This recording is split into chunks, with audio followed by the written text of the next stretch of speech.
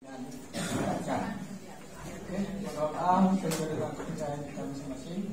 Berdoa, silakan. Kami di sini akan memberikan materi tentang capaian pembelajaran, alur tujuan pembelajaran, dan juga modul ajar. Sedang mencoba memanjat pohon. Memangnya apa yang sebenarnya sedang kalian lakukan? Implementasi di kurikulum Merdeka. Nah, untuk asesmen ini ada 3 asesmen: diagnostik, formatif, dan sumatif. Kognitif, misalnya bapak seperti dia di matematika, misalnya materinya perkalian. Kita kasih mereka tes tentang perkalian dulu, sampai di mana mereka paham. Kalau misalnya siswa sudah semuanya bisa dalam perkalian, berarti kita tidak boleh tetap memberikan perkalian. Kita lanjut ke fase berikutnya. Nah, itu fungsinya tes diagnostik. Jadi tes diagnostik kognitif itu sesuai dengan materi yang kita ajarkan. Seperti tadi kan, yang memberikan tentang mulai diri. Kita seperti mulai diri kan pertanyaan tentang materi yang akan diajarkan, sampai sejauh mana siswa itu paham. Kalau siswa sudah semuanya paham, kita lanjutkan ke tujuan pembelajaran berikutnya. Nah, seperti itu, Bapak. Tadi Ibu mengatakan bahwa tes diagnostik ini dikasih oleh guru BK. Yang non. Penjelasan yang terakhir diberikan pada pertemuan pertama. Sebenarnya yang mana yang benar? Tugas kita yang mendongeng. Terus katanya Pak Nyoman tidak ada remedi dan pengayaan di dalam ini Merdeka. Tapi tadi ada di sana saya baca remedial pengayaan. Remedi dengan remedial kan sama, Bung? Sama. Kok bisa begitu? Katanya nggak ada. Kadang muncul. Bingung nggak remedial? Iya.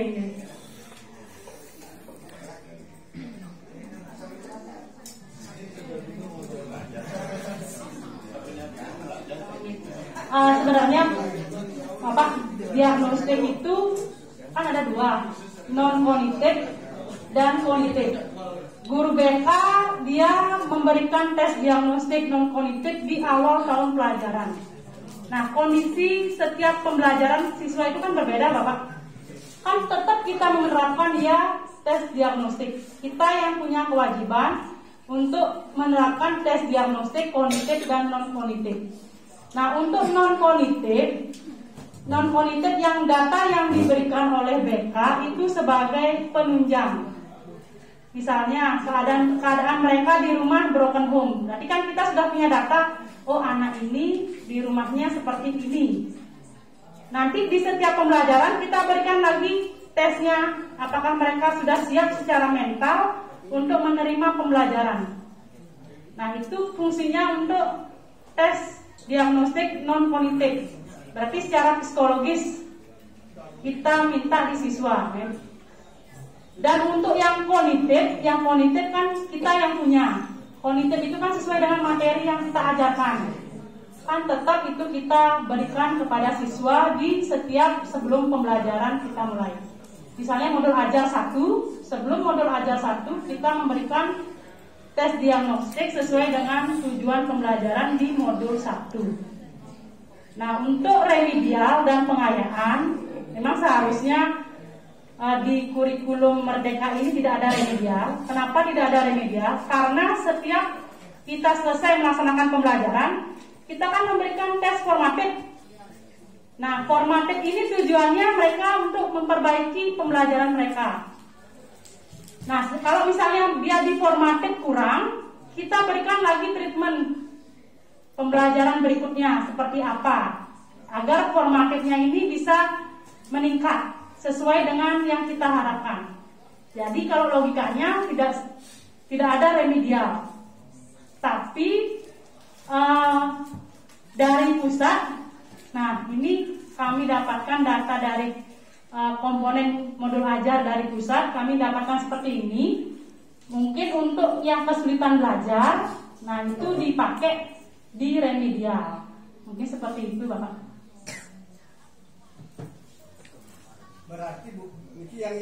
penjelasan yang pertama. Berarti guru BK itu melaksanakan tugas diagnostik non konflik ini berdasarkan tugas dari satuan pelajaran, kan begitu Bu? Nggih. Secara umum akhirnya. Nggih, kelas 7 seperti kami, nggih, seperti kami di awal tahun. Nggih, Bapak. Kemudian guru BK men-share atau seremnya memberikan laporan kepada guru mapel untuk orang di kelas A 1, 2, 3 ini setengah gila, begitu jadinya Bu. Kan kembali ke kotak-kotakan. Katanya tidak boleh membuli, tidak boleh membuli. Akhirnya kan begitu. Saya jawab Bapak ini. Data itu kan data pribadi kita yang pegang.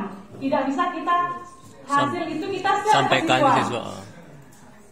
Tidak bisa kita share ke siswa. Apabila kita share, kita termasuk membocorkan data pribadi.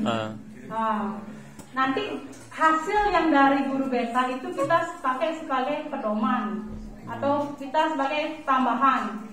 Kalau sudah siswa di rumahnya itu dia misalnya broken home, dia tidak bisa belajar, kan kita bisa kasih dia perhatian lebih di kelas. Itu fungsinya dari guru BK.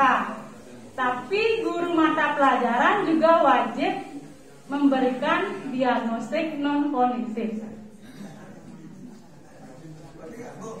Untuk guru mata pelajarannya itu tes diagnostiknya berkaitan dengan materi yang akan disajikan. Boleh non kognitif, boleh kognitif Bapak. Yang kognitif wajib. Yang non kognitif kalau Bapak misalnya tidak percaya dengan data di BK, Bapak bisa berikan diagnostik non kognitif.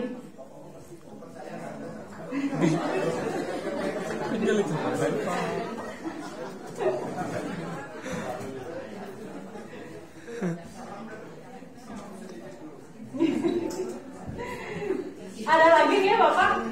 Bapak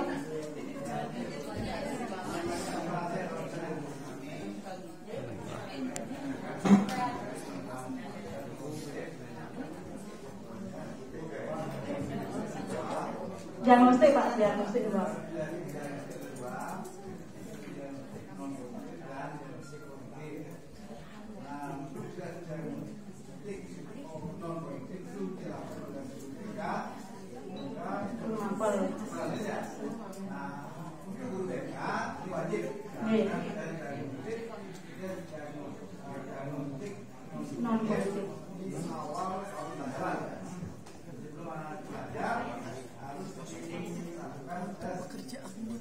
Iya, tapi belum dikasih contohnya.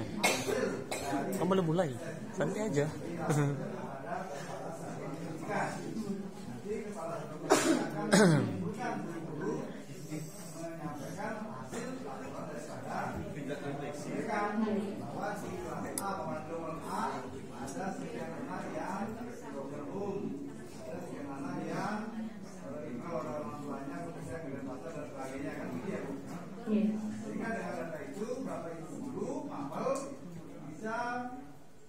Mengambil langkah bagaimana cara mendekati anak tersebut supaya mereka bisa belajar dengan baik. Kemudian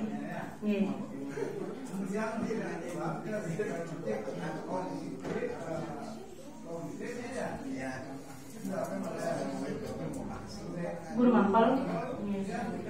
Kalau non kognitifnya kan dipastikan di awal akan mulai belajar.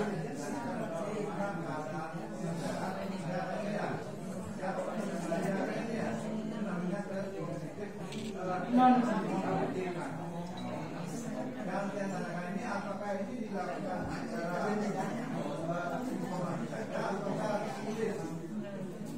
Tulis ya.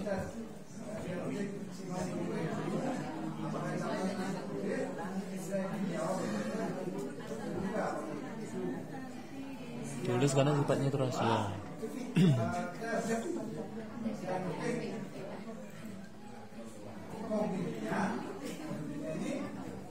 Apakah diberikan pada saat akan belajar di kelas itu atau sebelum mungkin sebelumnya diberikan sertifikat kognitif mendapatkan bakalan begitu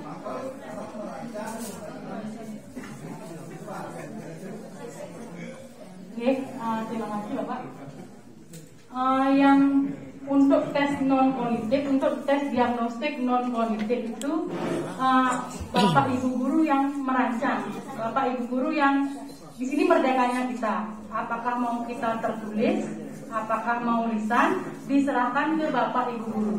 Dan mungkin kalau Bapak Ibu guru merasa tidak perlu saya diagnostik non kognitif ini, diperbolehkan. Kita melihat bagaimana keadaan siswa. Kembali lagi ke siswa. Sepertinya misalnya kalau di hari Senin si A ini aktif belajar, tapi di hari Selasa dia kurang aktif belajar. Nah, di sana kita perlu melakukan diagnostik kenapa anak ini, apa permasalahannya, agar kita bisa membantu memperbaiki proses pembelajarannya. Nah, untuk yang kedua, yang tes diagnostik kognitif, itu setiap kita memulai materi, setiap kita memulai tujuan pembelajaran yang baru, kita wajib melakukan tes diagnostik kognitif.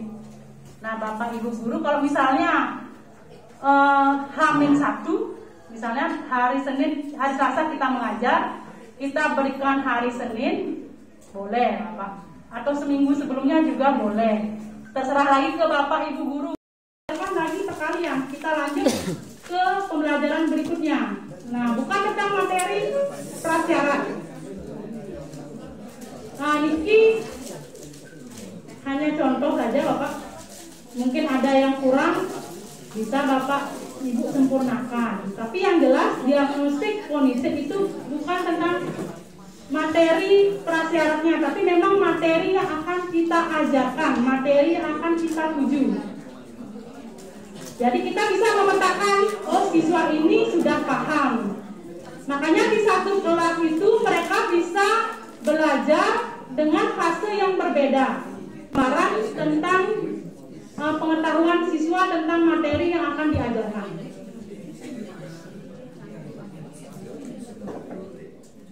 Matur nanti ibu yang menilai apa benar. Tes diagnostik, tes non diagnostik. Seandainya saya mengajar non kognitif tapi kognitif. Non. Nah, terus yang berikan begini. Sebelum saya mengajar tadi, ya, apa anak pernah mendengar kata Gusto Resti? Apakah anak pernah mendengar tahu Gusto Resti? Ya. Apakah anak pernah melihat agam Gusto Resti? Apa itu termasuk non kognitif? Apa itu bisa diterapkan? Ini termasuk kognitif. Bapak akan mengajarkan tentang tari Pusparesti. Tentang tari. Ya, materinya tari Pusparesti. Ya. Sekarang Bapak berikan di awal apakah siswa sudah tahu tentang tari Pusparesti, tabunya seperti apa. Itu masuk ke diagnostik kognitif, bukan non kognitif. Kalau non kognitif tentang psikologi siswa. Pertanyaannya, apa pernah Anda menonton tari apa begitu? Pertanyaannya tentang Pusparesti, Pak. Apakah siswa sudah tahu tari Pusparesti? Nah, seperti itu.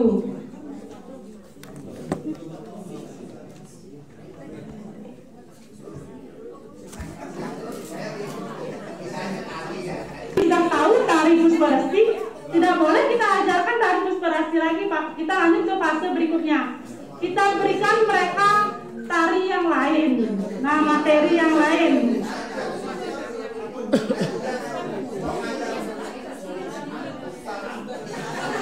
Nanti yang 5 ini bisa kita gunakan sebagai tutor sebaya. Nanti tapi kalau kita ajarkan lagi dengan tari Pusparesti, tidakkah anak-anak nanti bosan karena mereka sudah tahu.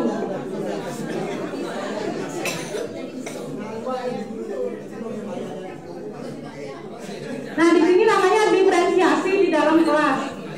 Ada siswa yang berbeda, satu kelas mempelajari yang berbeda. Nah, di sana diferensiasinya. Ya, ada yang ditanyakan, Bapak? Ya, Bu. Tadi katakan misal kita ada 3 tingkat gitu dalam satu kelas. Terus nanti untuk soal dalam asesmennya itu sama atau beda? Itu aja. Oke. Kalau untuk diferensiasi di kelas, asesmennya berbeda. Seperti tadi, yang 5 siswa sudah tahu Pusperesti. Nanti asesmennya akan berbeda. Berarti dia masuk ke pencapaian tinggi, siswa dengan pencapaian tinggi. Asesmennya nanti akan ada 3 jenis. Asesmen untuk kesulitan belajar. Yang berikutnya, asesmen untuk dengan tipe reguler. Dan lanjut asesmen dengan pencapaian tinggi. Berarti kita bedakan di asesmennya. Untuk penilaiannya gimana? Apakah KKM disamakan atau kurikulum? Untuk kurikulum merdeka tidak ada namanya KKM ya Bapak Ibu. Yang ada kriteria ketercapaian tujuan pembelajaran. Nah nanti guru yang akan kita perlu kemampuan guru, keterampilan guru untuk membuat nilainya. Seperti apa nanti nilainya?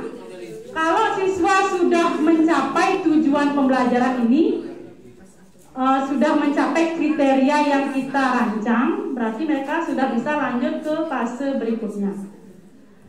Jadi nanti ada siswa, nanti di rapor begini Bapak. Ada siswa dengan nilai besar, satu nilainya 80. Yang satu nilainya 70. Nanti yang 80 ini dia kurang menguasai tarif Pusperesti. Nah, di deskripsinya akan terlihat nanti. Nanti di yang 70 ini bisa jadi dia sudah menguasai tarif Pusperesti, tapi dia kurang di bagian yang ini. Nah, nanti di deskripsinya akan seperti itu di raport hasil belajarnya.